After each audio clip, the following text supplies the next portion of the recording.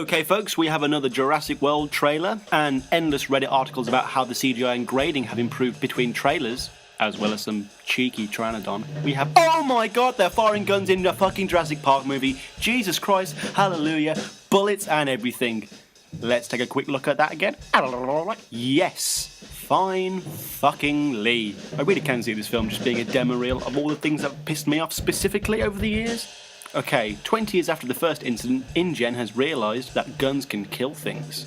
Finally some progress. You know, because unfortunately we have to have a story with twists and turns and an arc, and not just a clinical series of mishaps that fulfill my childhood dinosaur murder fantasies. But I'm not going to get my hopes up fully. I doubt they're really going to cap the Indominus Rex in the balls as soon as it gets out of its cage. Speaking of an Indominus Rex, what the hell is an Indominus Rex? It looks like this is the hybrid that was teased to us in the first trailer. Already I can see that this dinosaur is going to be the villain that this franchise has sorely needed since we first left the park with Sam Neill all those years ago.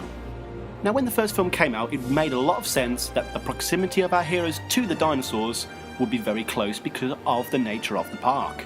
Its cages and the distance to the facilities, etc, etc. The other two though feel quite silly when you think about who the antagonists are. They are just animals. I mean, Spielberg himself, throughout the production of these films, always tried to have that animalistic quality to these dinosaurs and not monsters. So we have these boring ass, sorry Pete, human antagonists in The Lost World, and then we have these assholes who die pretty much straight away in the third. Did they act as villains?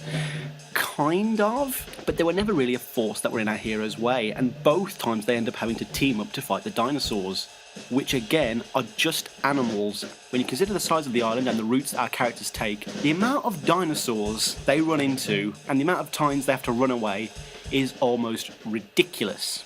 They even tried to shoehorn that whole Billy from A Most Violent Year, also check out that review, cough cough, stealing the eggs from the raptor's nest to make them chase them, but it was just bad writing and felt so forced. But when we hear it's killing for sport, it's killing for sport. Yes, thank you Star-Lord. It signals to us that this film, unlike the other two, has a primary killer dinosaur that isn't just going to be a scared animal that, more likely than not, would leave the moment they smelled humans, but a force of nature that will actually drive the plot and action forward. I mean, we haven't even seen this thing fully yet, save for some scarily long arms and a ridiculously huge snake-like mouth. Oh, and on that note, do you think the Indominus Rex will fight anything big? I mean, we've seen it kill a hadrosaur and any human that isn't white. Seriously, watch the trailers again. And I'll get to the raptors in a moment. Are we going to be given another poorly choreographed and unsatisfying repeat of this mess? Well, actually, the best result would be the Indominus Rex jacking the Spino as punishment for being able to knock down a massive fence but struggle with doors. And a nice little first look at Life of Pi and The Amazing Spider-Man, star Irfan Khan, who will be taking over from Hammond as head of the park. Seriously, go check out all the bonus backstory stuff online to this guy and his company. And I also love this little shot in reference to the first Jurassic Park 2, though I doubt that that glass is real. Here in the original, the glass wasn't actually meant to break. That's real fear there, kids.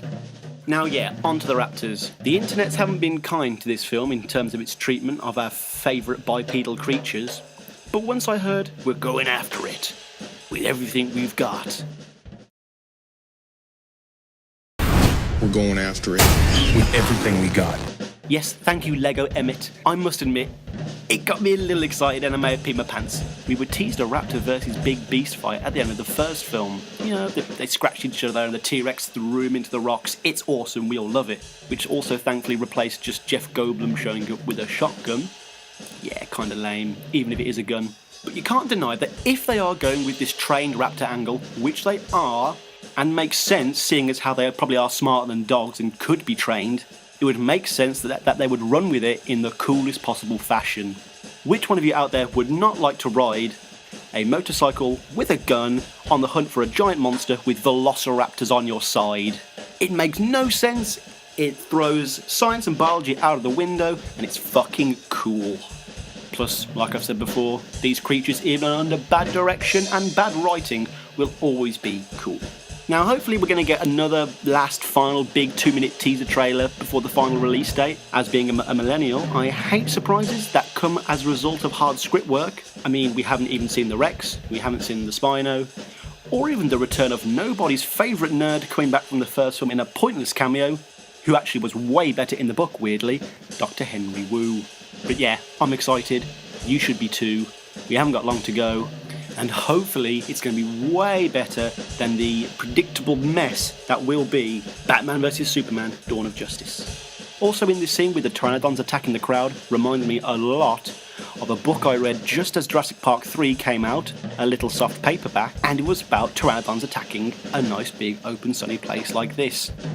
Now, while I don't think it's a direct copy or rip-off, but I'm glad we're finally going to be able to see what it's like when the shit hits the birdie fan.